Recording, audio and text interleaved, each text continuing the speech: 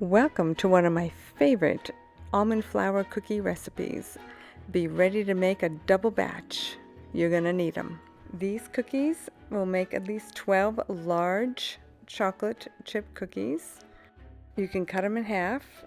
Not that it's gonna help keep them any longer, but it's a good way of just starting up because they're very filling.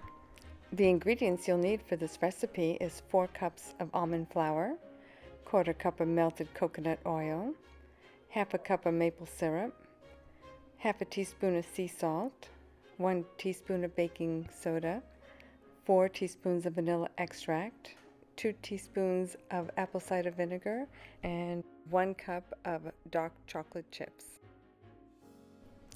These cookies will bake at 250 degrees. I know that sounds pretty low, but that is the best temperature for these almond cookies to bake at for 30 minutes, not a minute longer. Once they are out of the oven, please put them on a cooling rack and let them cool completely so they don't fall apart. Let's start with 4 cups of Bob's Red Mill almond flour. With Bob's, I find to be the best one. I've tried several different ones. The consistency wasn't the same when I used other ones. They fell apart more and I didn't think they tasted as good. So Bob's Red Mill is my favorite one, and I use that for the baking soda as well.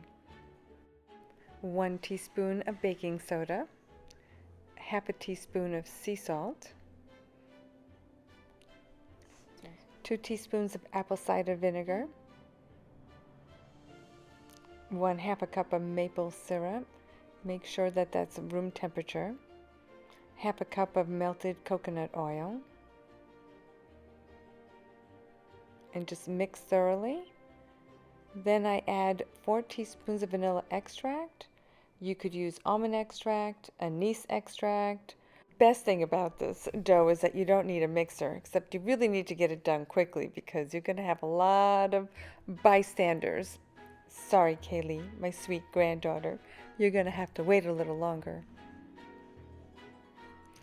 Last but definitely not least, the chocolate chips. Just pour them in there and stir it up, and they'll be ready to get formed.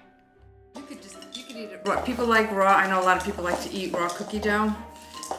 And you can get a taste of what this is going to be like.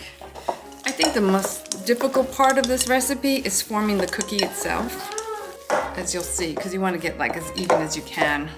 It makes about 12 cookies, large cookies, because then they really grow in the oven.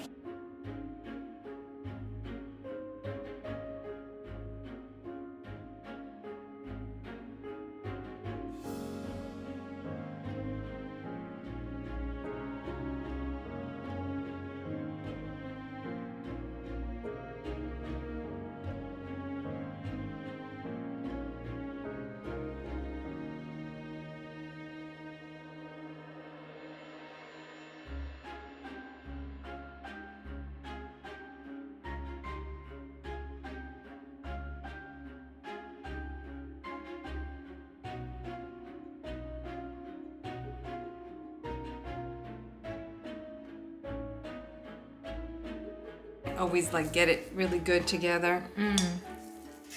So I'm just